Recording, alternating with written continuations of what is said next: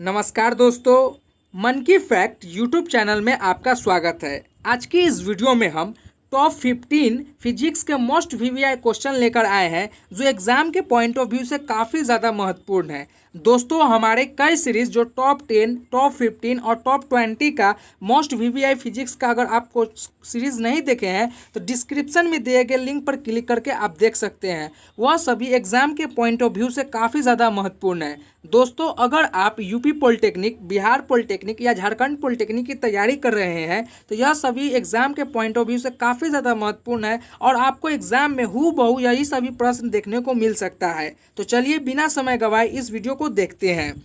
सवाल नंबर 1, किसी लेंस की क्षमता 4 डायोप्टर है तो यह कैसा लेंस है? ए 25 सेंटीमीटर फोकस दूरी का उत्तल लेंस, या बी 2 मीटर फोकस दूरी का अवतल लेंस, या सी 4 मीटर फोकस दूरी का उत्तल लेंस, या डी 25 सेंटीमीटर फोकस दूरी का अवतल लेंस।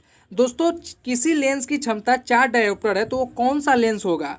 दोस्तों, हम आपको बता दें, अगर कोई भी लेंस अगर प्लस में है तो वो अवतल लेंस होगा और माइनस में है तो वो उत्तल लेंस होगा। तो यह तो क्लियर हो गया कि यह जो कोई भी लेंस, यह जो लेंस की जो क्षमता बनेगी वो अवतल लेंस में बनेगी। ठीक है, अब लेंस की क्षमता बराबर हमारा जो होगा 1/1 लेंस की क्षमता। ठीक है, लेंस बराबर 1/4 लेंस की क्षमता होगा तो उसका जो मान होगा 1/4, और हमें मीटर से सेंटीमीटर में बदलने के लिए हमें 100 से मल्टीप्लाई करना होगा। तो 4 को अगर हम 100 को काटते हैं तो वो 25 सेंटीमीटर आता है। तो वो इसका जो सही जवाब होगा एक का कि 25 सेंटीमीटर फोकस दूरी का अवतल लेंस। सवाल नंबर 1 का जो सही जवाब होगा वो होगा डी। सवाल नंबर 2,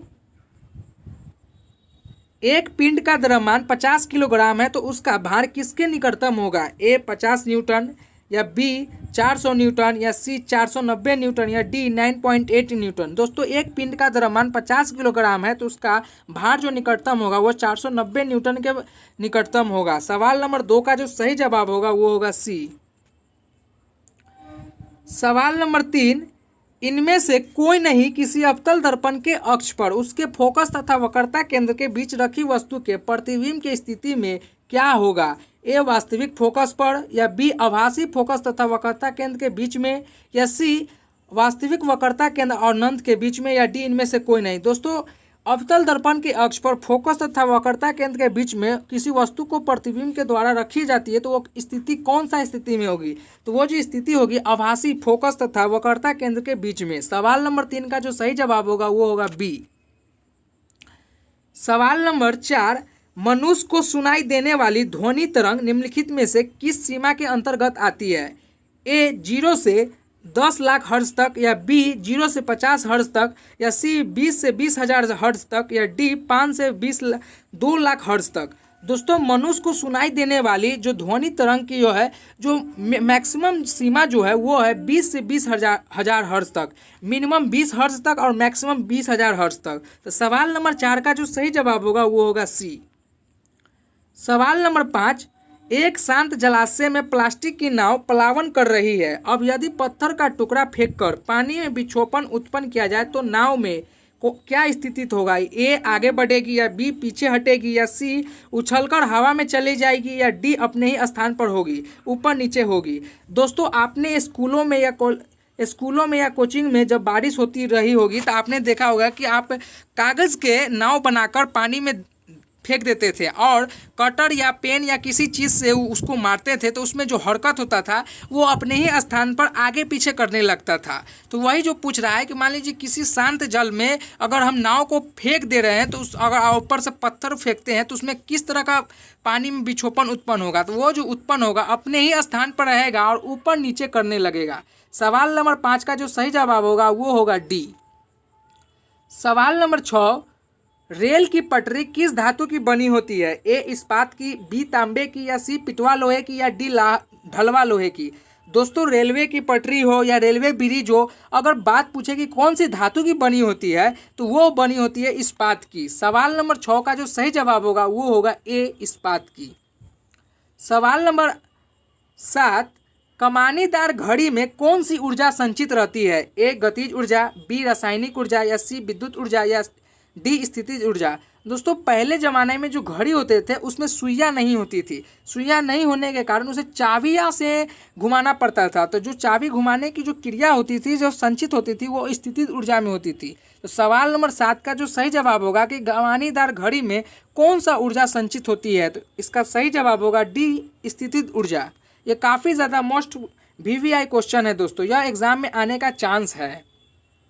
सवाल नंबर 8, विराम की स्थिति से प्रारंभ कर एक वस्तु 2 मीटर प्रति सेकेंड के त्वरण से गमन कर रही है। 5 सेकेंड में तय की गई दूरी क्या होगी?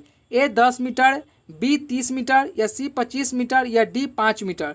दोस्तों विराम की स्थिति से प्रारंभ कोई एक वस्तु 2 मीटर प्रति सेकेंड से गमन कर रही है और 5 सेकेंड में तय की गई दूरी जो होगी वो होगी 25 मीटर। सवाल नंबर 8 का जो सही जवाब होगा वो होगा सी। सवाल नंबर 9, समान द्रव्यमान के 2 पिंड का वेग क्रमशः 1 वोल्ट तथा 3 वोल्ट हो तो उसकी गतिज ऊर्जा का अनुमान होगा। ए 1:3, या बी 3:1, या ए सी 1:9, या डी 9:1। तो दोस्तों समान द्रव्यमान के 2 पिंड का वेग क्रमशः 1 वोल्ट तथा 3 वोल्ट है, तो उसमें गतिज ऊर्जा का जो अनुपात होगा वो अनुपात होगा 1:9। सवाल नंबर 9 का जो सही जवाब होगा वो होगा सी। सवाल नंबर 10, निम्नलिखित परिघटनाओं में से कौन सी व्याख्या इन अवधारणाओं के साथ नहीं की जा सकती है कि प्रकाश सदैव सीधी रेखा में चलता है? ए अपवर्तन, बी परावर्तन, या सी विवर्तन, या डी परागमन। दोस्तों कौन सी घटना है जो अवधारणा फैलाती है कि प्रकाश सदैव सीधी रेखा में नहीं चल सकती है? तो वो जो अवधारणा है वो है विवर्तन का अवधारणा है। सवाल नंबर 10 का जो सही जवाब होगा वो होगा सी, विवर्तन। सवाल नंबर 11, समतल दर्पण द्वारा बनाया गया प्रतिबिंब ए वस्तु के आकार से दुगुना, बी वस्तु के आकार का आधा, या सी वस्तु के आकार के बराबर या आकार का होगा, या डी पश्चाई उल्टा। तो जो इसका सही होगा दोस्तों, समतल दर्पण द्वारा बनाया गया प्रतिबिंब वस्तु के आकार के बराबर और आकार का ही होगा। सवाल नंबर 11 का जो सही जवाब होगा वो होगा सी। सवाल नंबर 12, चम्मच के बाहर की अक्ष उभरे हुए पृष्ठ से प्राप्त प्रतिबिंब की प्रकृति क्या होगी और इसमें कौन से प्रकार के दर्पण के निकटतम माना जाएगा? ए उल्टा और अवतल दर्पण, या बी उल्टा और उत्तल दर्पण, या सी सीधा और उत्तल दर्पण, या डी सीधा और अवतल दर्पण। दोस्तों चम्मच की जो बाहरी सतह है वो किस प्रतिबिंब के प्राकृतिक के नज़दीक होगी और उसमें कौन सा दर्पण होगा? तो दोस्तों चम्मच के जो बाहरी उभरे हुए जो पृष्ठ है उसमें जो दर्पण होगी वो दर्पण होगी उत्तल दर्पण, और यह जो प्रतिबिंब बनाएगी वो सीधी प्रतिबिंब बनाएगी। तो सवाल नंबर 12 का जो सही जवाब होगा वो होगा सी। सवाल नंबर 13, अनंत दूरी पर रखी हुई एक वस्तु अवतल दर्पण के समक्ष x दूरी पर रखे पटल एक स्पष्ट और दीप्त प्रतिबिंब बनाती है तो x के बराबर होगा। ए वक्रता की त्रिज्या, या बी फोकस दूरी के दुगुना, या सी दर्पण की फोकस दूरी, या डी वस्तु की दूरी।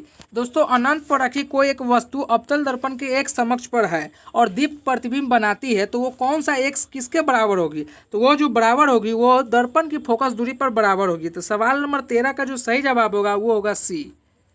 सवाल नंबर 14,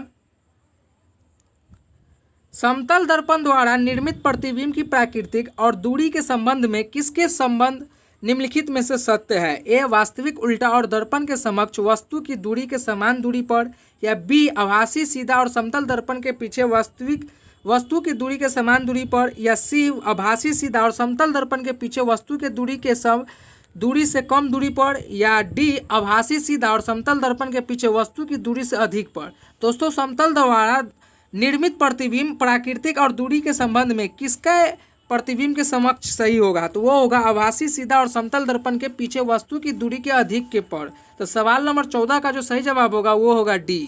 सवाल नंबर 15, ए और बी 2 हीटर क्रमशः 220 वोल्ट और 200 वाट और 220 वोल्ट 40 वाट दर्शाए गए हैं और वह 220 वाट आपूर्ति से समांतर में जोड़े गए हैं, तो हीटर बी द्वारा निकाली जाने वाली विद्युत धारा की गणना होगी।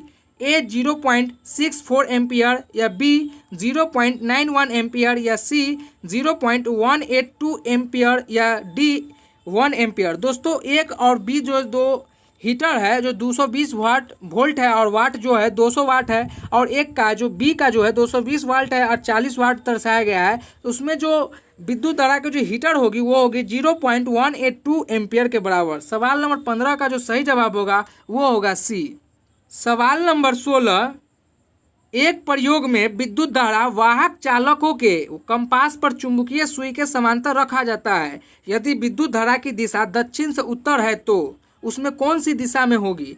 ए, सुई का उत्तरी ध्रुव पश्चिम की ओर मुड़ जाता है, या बी, दक्षिण ध्रुव पश्चिम की ओर मुड़ जाएगा, या सी, सुई नहीं चलती है, या डी, उत्तरी ध्रुव पूर्व की ओर मुड़ जाता है। तो दोस्तों किसी भी विद्युत धारा वाहक चालकों में अगर हम सुई के द्वारा अगर समांतर पक्ष में अगर पैरेलल पक्ष में लगा दिया जाए तो वो जो दिशा में घूमेगी सुई उत्तरी दिशा से लेकर पश्चिम की ओर मूव करेगी, उत्तर ध्रुव से लेकर पश्चिम की ओर मूव करेगी। तो सवाल नंबर 16 का जो सही जवाब होगा वो होगा ए। दोस्तों टॉप 15 में से अगर आप टॉप 10 अगर 10 भी प्रश्न सही किए हैं तो आपकी तैयारी काफ़ी ज़्यादा मस्त है, क्योंकि इसमें कई ज़्यादा प्रश्न न्यूमेरिकल टाइप का था और यह जो हार्ड लेवल का भी था। दोस्तों इसमें से वीवीआई है, ये भी सभी वीवीआई है, मगर आने का चांस इसमें से जो ये न्यूमेरिकल है कम है, इसलिए इसको डाल दिए थे क्योंकि आपका न्यूमेरिकल किस टाइप का है ये भी हम जान लें। दोस्तों फिर मिलते हैं एक नई वीडियो में, जब तक के लिए जय हिंद।